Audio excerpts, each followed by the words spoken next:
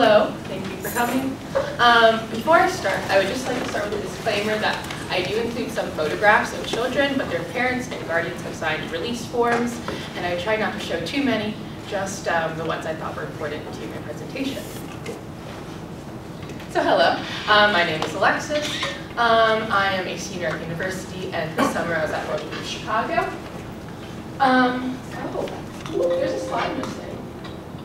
Okay, well, regardless, to start, I'll start with an introduction to World Relief Chicago and what it is. It is a refugee resettlement nonprofit on the north side of Chicago. World Relief International does exist internationally with a few different mission statements, but the overall mission statement is empowering the local church to serve the most vulnerable. So,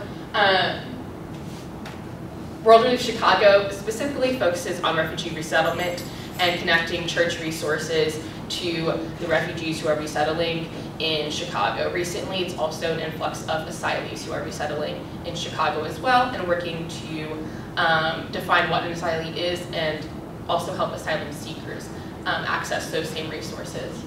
And the vision of World Relief Chicago is in community with local church, World Relief envisions the most vulnerable people transformed economically, socially, and spiritually. So upon entering World Relief Chicago, I wanted to observe, as an intern, how they do this. So I'll talk a little bit of my role before I get into that. I worked within the youth summer program. I worked under the case manager for the children. So he worked with 130 cases of children, and he did a lot. His name was Daniel Kelsey. So I was one of his 4 interns. Through my internship, I developed a summer camp curriculum for refugee children between ages of 3 and 18. But the ones I saw on a daily basis at camp were ages 5 to about 14.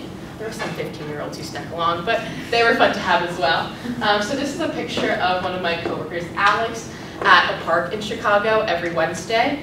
The different refugee agencies, 4 of them would meet up at the park for Wednesday soccer. So I was able to live my soccer mom dreams and bring water and cups, and we played soccer with the children, and it was a great way to foster community within the refugee community on the north side of Chicago. And most of them recognized children from other places, like school or camp, or they went to Arabic school too, so they recognized these children from the community. Oh my gosh. This is embarrassing. Okay. Dr. Miller, is there any way I can send you the one I'm looking at instead of this one? Yeah. Okay. We need that. Okay. Sure. Stand on.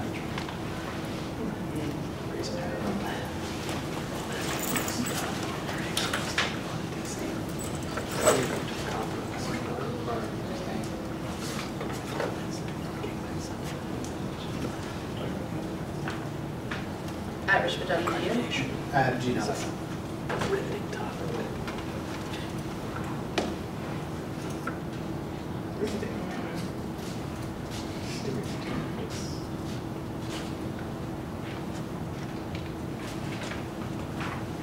Test how fast cyberspace works. Okay. Should I?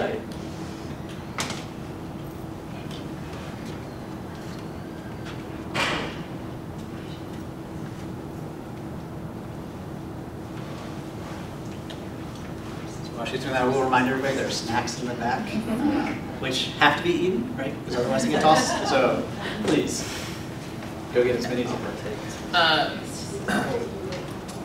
My laptop's loading, but I can keep going. Okay. If it's okay with everyone, I will keep going with my presentation without power. She jumped right on the So at this, back to World Relief Chicago. So upon entering, I had the hypothesis that because of its affiliation with a religious community, with Christianity, that there would entail some form of evangelism or conversion component that I've studied within the context of anti-human trafficking nonprofits and Dr. Donna's class. After my 10 weeks rather, at World Relief, I discovered that that wasn't the case. There was an appreciation of culture. As interns, we got to partake in Eid celebrations that we were invited to, and we were invited to birthday parties, and we were offered many gifts that, you know, we couldn't really receive as a part of keeping the power dynamic as level as possible. In a nonprofit such as this, it was very difficult, as we had the connections to the school systems to help these children, but we tried to level it out by doing small things like that to contribute to it. Okay. So I do want to take a moment to criticize a few things that I did observe while at the nonprofit. First of all, the hiring process. An employee of World Relief Chicago must sign off on a statement of faith. They must pertain to some form of Christianity, and this change happened 5 years ago, relatively recently, because the funders, the donors of World Relief International decided that they wanted their caseworkers, their case managers, to pertain to Christianity. I, as an intern, did not have to sign the statement of faith, and neither did any of the other interns. Additionally, we did have cultural competency workshops throughout my internship, and through those workshops that were sponsored and organized by World Relief, we got to analyze World Relief in a critical lens, and through that critical lens, I realized that we aren't doing the best job at being culturally competent or inclusive as a nonprofit. Specifically, an outside organization called Chicago ROAR, which stands for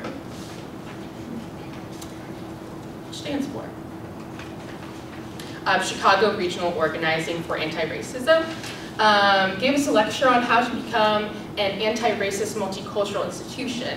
And through that training that World Relief sent me to, I got to see what ideally is a rubric for what being an anti-racist multicultural institution looks like, and we weren't completing it. I wanted to share the chart on my PowerPoint, but it's copyright protected, so I brought the physical copy if you'd like to look at it afterward, because I've never seen a chart so practical for a nonprofit to use. And Chicago ROAR has different trainings for anti-racist initiatives in Chicago. So that was very important for my internship at World Relief. Next, I would like to address some of the refugee statistics that I learned while I was there, and some that I have done on my own investigation.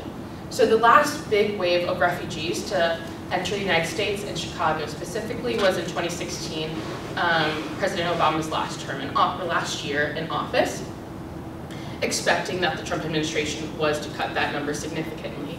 At this point, the average number of refugees entering the United States was about 95,000 per year. In 2019, the Trump administration allowed for 30,000 refugees to enter into the United States. Now, while I was at World Relief this summer, we were worried about the 2020 projection. There were rumors circulating and New York Times articles saying that the projection for 2020 was going to be 0 refugees allowed to enter the United States. But the projection just came out this week. I got an update from World Relief through email, and I also read on the New York Times that in 2020 we are expecting 18,000 refugees to enter the United States. Now, 95% of the 95,000 refugees, as we were opening our doors to before, represents less than 1% of the world's refugees. Therefore, 18,000 is just really not cutting it, and World Relief is definitely pushing for activism because of this drastic cut in number. And I did analyze the legality of having so few refugees enter the United States. And to do that, I really focused in on the United Nations Declaration of Human Rights. In Article 14, the first point of it addresses that people of all nations have the right to asylum and have the right to seek refuge in another country. Also, there is a precedent set in the US that we would not receive 0 refugees. That cap has to be significantly higher than 0. And lastly, I would like to take a few minutes to address how this internship and how this fellowship affects my career, affects my academic learning. After working under a case manager for 40 hours a week for 10 weeks, I learned that I cannot be a case manager or social worker myself, which was really helpful to learn before enrolling in the master's program in social work. My supervisor worked easily 60 hours a week. I would prefer a different work-life balance than 60 hours a week. But I did learn that I am good with children. I am a good teacher, and I give instruction in a fun, dynamic way. So given that, I am applying for teaching opportunities in South America. I am fluent in Spanish, I studied abroad, and I want to nurture that teaching element. I did learn that my strong suit is not 5 to 6 year olds. They do not cooperate as much. But I'm really seeing myself as a second grade teacher. I think that's a sweet spot. And I'm also just intrigued of matters of refugee and asylee and now asylum seekers that we're seeing in the United States and their rights and who's protecting their rights as well. I will be passing this around because I think this is really a neat tool for nonprofits and even institutions like the University of Richmond to analyze how they are acting as an anti-racist, multicultural space.